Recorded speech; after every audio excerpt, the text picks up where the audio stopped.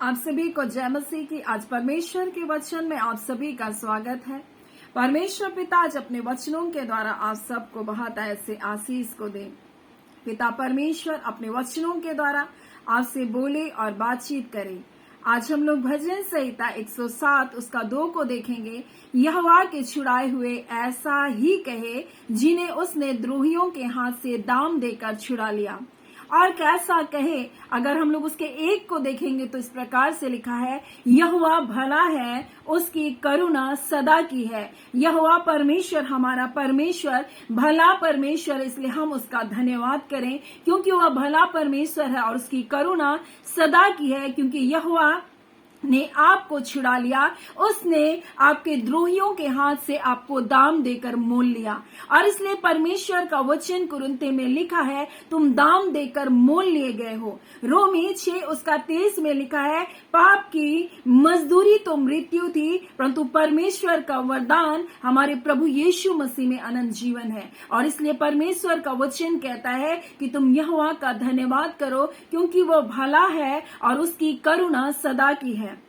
वो करुणा जो करता है वो परमेश्वर, वो एक दिन एक पल के लिए या एक वर्ष के लिए नहीं है, परंतु वो परमेश्वर जिसने आपको चुना है, जिस परमेश्वर ने आपको बुलाया है, वो आपको ना छोड़ेगा ना कभी त्यागेगा। वो परमेश्वर प्रतिदिन आप पर करुणा करता है और प्रति भोर उसकी करुणा आपके लिए नई हो जाती है।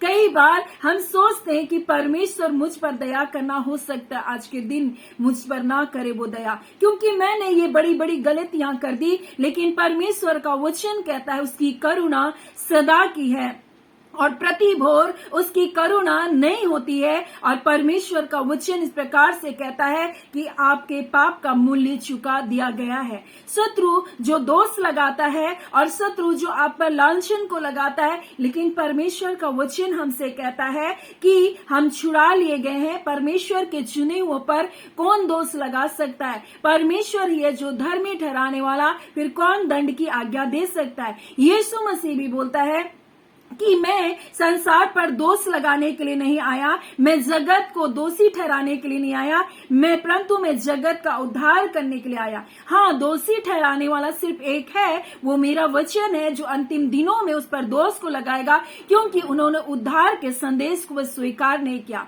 उद्धार का संदेश ये है कि यीशु मसीह ने हमारे पापों के लिए बलिदान हुआ।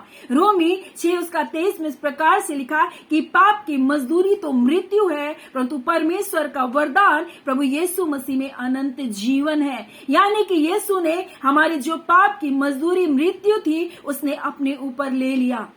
उसने मृत्यु की सजा हमारे लिए सह ली। हमें अनंत मृत्यु में जाने की बजाय उसने हमें अनंत जीवन को दे दिया। यानी हमारा भाग एक अनंत मृत्यु था जहां से हम कभी भी नहीं निकल सकते थे।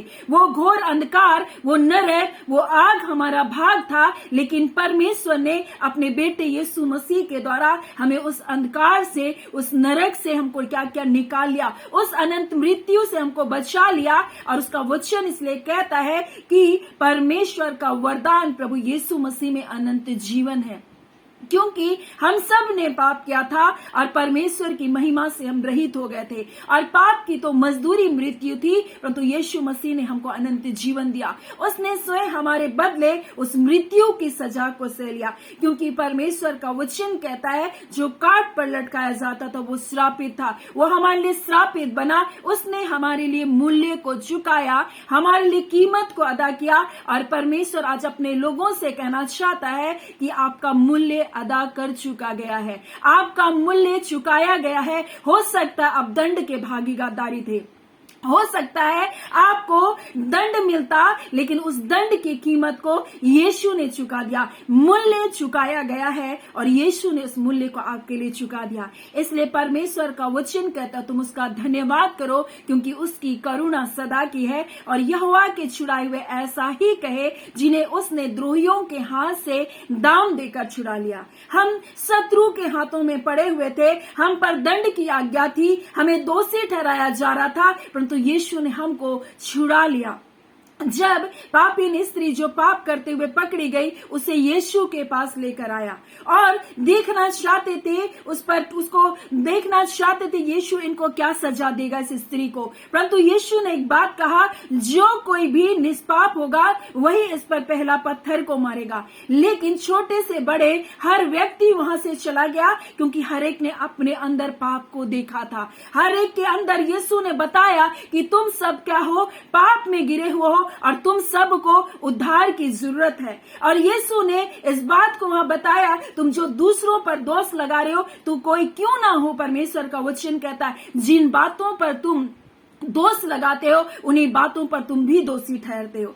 इसलिए उसका वचन इस प्रकार से कहता है, तुम में से कौन है जो दूसरों के सेवक पर दोष लगाता है। कई बार लोग एक सेवक को दूसरे सेवक से दोष लगाते हैं और एक सेवक दूसरे सेवक पर दोष लगाता है, लेकिन परमेश्वर का वचन क्या कहता है, तुम दोष मत लगाना। तुम किसी के दास पर से सेवक पर तुम दोष मत लगाना, क्योंकि वो परमेश्वर का सेवक है, वो आपका सेवक नहीं। आपने उसको चुनकर नियुक्त नहीं किया, उसको परमेश्वर ने चुन करके नियुक्त किया। इसलिए परमेश्वर का वचन कहता है रोमी 14:4 में, तो कौन है जो दूसरों के सेवक पर दोष लगाता है, उसका स्थिर रहना या गिर जाना उसके स्वामी ही से संबंध रखता है, और वरन वह स्थिर ही कर दिया जाएगा, क्योंकि प्रभु उसे स्थिर रख सकता है। यानी कि परमेश्वर अपने वचन के द्वारा बता रहा है, तुम इस संसार में दोष मत लगाना, क्योंकि यीशु स्वयं भी किसी को दोषी नहीं ठहराया। और उसने कहा एक दिन ये वचन उनको दोषी ठहराएगा जिन्होंने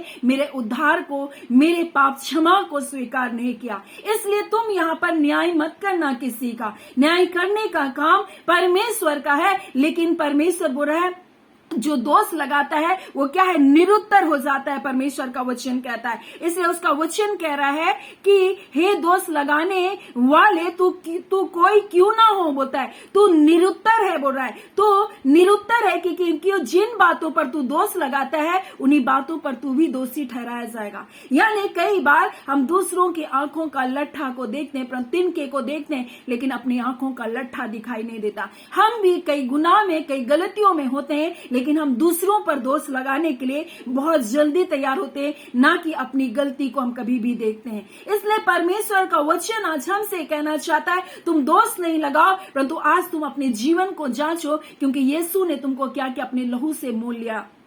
उसने आपको जो पाप की सजा मृत्यु थी, उसको क्या किया, आपको उससे आजाद किया और आपको अनंत जीवन दिया अपने बेटे यीशु मसीह में। इसलिए आज परमेश्वर का वचन आज हमसे कहना चाहता है कि हम जो हमको लिखा है पहला यूहन्ना उसका 2:12 में, हे बालको मैं तुम्हें इसलिए लिखता हूं कि तुमने उसके नाम के द्वारा पापों की क्षमा पाई। यानी यीशु के नाम के द्वारा हमें पापों की क्षमा मिली। यशायाह उसका 43 उसका 25 में लिखा, मैं वही हूं जो अपने नाम के निमित्त तुम्हारे अपराधों को मिटा डालता हूं और तेरे पापों को स्मरण ना करूंगा। फिर उसका वचन प्रेरितों के काम 2:21 में लिखा, जो कोई उसका नाम को लेगा वो उद्धार को पाएगा।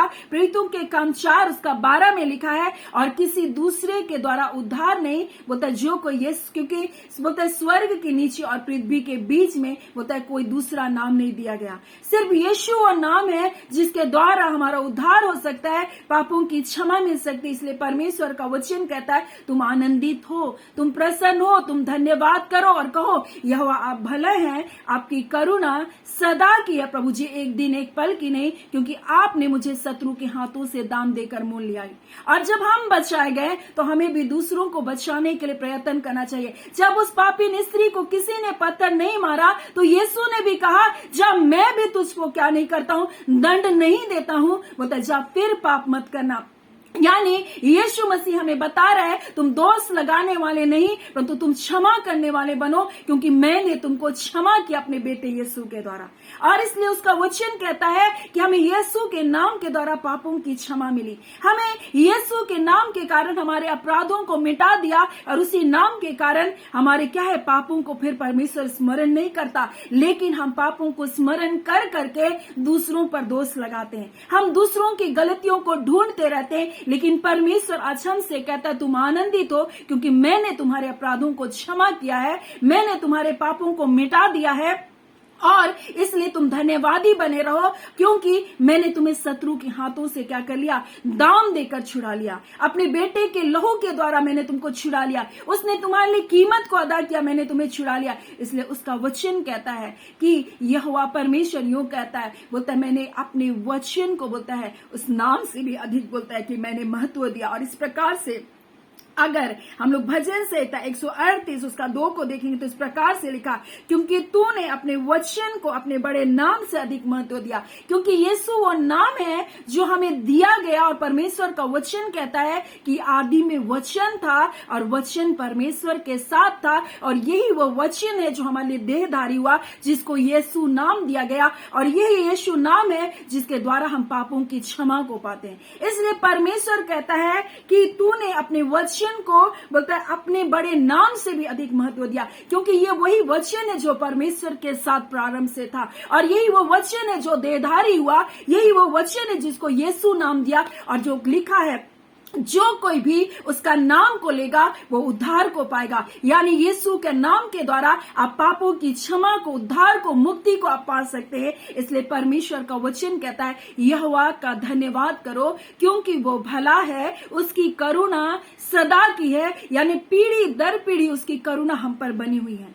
वो आदि से लेकर इस अंतिम युग तक अपनी करुणा को हम पर बनाए रखा कि हम अपने पापों की क्षमा को पा सके। और जो लोग छुड़ाए हुए हैं, जिसने शत्रु के हाथों से परमेश्वर ने छुड़ा लिया, वो ऐसा ही कहे, क्योंकि परमेश्वर उनको शत्रु के हाथों से, उन पाप की सजा से परमेश्वर ने क्या किया, छुड़ा लिया है। उस मृत्यु की दशा जाने से, उस अनंत मृत्यु से जिसने उसे बचा लिया है, हम उसका धन्यवाद करें, क्योंकि वो परमेश्वर सचमुच भला परमेश्वर है, जिसने अपनी करुणा को हम पर बनाए रखा और अपने इकलौते बेटे यीशु मसीह को हमारे लिए दिया। और यही वो वचन था जो हमारे लिए देहधारी हुआ, और यही वो वचन है जो हमारे बीच में डेरा किया। यही वो वचन है जिसने हमारा उद्धार किया, हमें पापों की क्षमा को दिया। इसलिए परमेश्वर अपने लोगों से कहना चाहता है, पाप का मूल्य चुका दिया गया है, आप आजाद हो गए हैं। इसलिए आप परमेश्वर का धन्यवाद करें, और जिस प्रकार से आपने आजादी को पाया, इसलिए आप भी दूसरों पर दोष न लगाएं। क्योंकि यीशु ने हमें यही सिखाया है, क्योंकि उसने किसी पर दोष नहीं लगाया, उसने किसी को दंड नहीं दिया, लेकिन उसने कहा जो अब मेरे उद्धार के सुसमाचार को स्वीकार नहीं कर रहा है, जो पापों की क्षमा को आज स्वीकार नहीं कर रहा है, एक दिन यही वचन उसको क्या करेगा, दोषी ठहराएगा। क्योंकि उसको पुत्र के समान वचन दिया तो गया, परंतु उन्होंने स्वीकार नहीं किया, और यही वो वचन है जो अंतिम समय में उसको दंड का कारण उनके लिए बनेगा, क्योंकि उन्होंने उद्धार को स्वीकार नहीं किया, उसके बेटे यीशु को उसने स्वीकार नहीं किया, पाप की क्षमा को उन्होंने स्वीकार नहीं किया। इसलिए वो अनंत क्या है, मृत्यु के भागीदारी बनेंगे। लेकिन जब हमें छुड़ा लिया गया, हमें शत्रु के हाथों से मोल लिया गया, तो हम परमेश्वर का धन्यवाद करें, उसके नाम को हम आदर दें, और अपने जीवन से परमेश्वर को महिमा को दे, एक पवित्रताई का जीवन को जिए, और परमेश्वर को प्रसन्न करने वाला जीवन जीते हुए परमेश्वर की महिमा करते रहें। परमेश्वर पिता इन वचनों के द्वारा आप सबको बहुत ऐसे आशीष को दे। आमीन। आइए हम प्रार्थना करेंगे।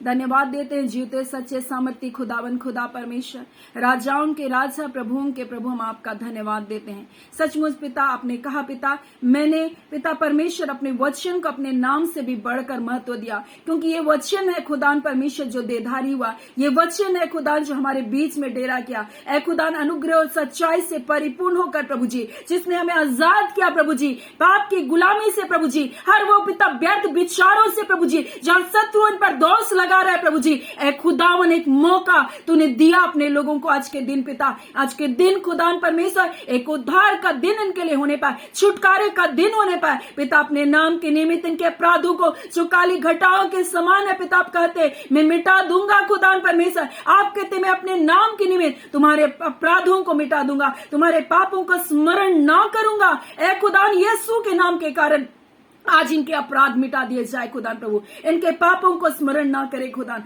और दया करके एक नया जीवन इनको दे खुदावन परमेश्वर। जितने लोग पिता इन प्रार्थनाओं को करे, उनके पाप अपराधों को क्षमा कर एक जीवन को दीजिए, आशीषों से परिपूर्ण जीवन, भलाइयों से भरा हुआ जीवन, आनंदित जीवन, हर्षित जीवन यीशु के नाम से इनके जीवन में आने पाए। ऐ खुदावन हर निराशाएं प्रभु इनके जीवन को छोड़ कर जाए, हर पिता परमेश्वर भविष्य का अंधकार जिनके चारों ओर घेर करके रखा आज ही वो भविष्य का अंधकार उनके जीवन से दूर होने पाए। आप कहते हैं अपनी सारी चिंता मुझ पर डाल दे, मुझको तेरा ध्यान है। ऐ खुदा आप इन पर ध्यान कर रहे प्रभु जी, आप इनसे प्रेम करते पिता, आपको अपने लोगों की चिंता है खुदा प्रभु, आपका धन्यवाद देते। खुदा ये बोझ को देना नहीं जानते, आप कृपा कर इनके हृदय से उन बोझों को ले लीजिए खुदा, आप कृपा कर परमेश्वर पिता इनके बोझों को उठा लीजिए। हाँ पिता, प्रकार की चिंताएं पिता, निराशाएं जाती रहे, जितने लोग रोग दुख बीमारी में नाना प्रकार के हाँ पिता परमेश्वर दर्द और पीड़ाओं में पिता यीशु के नाम से इसी घड़ी चंगाई को पाने पाए।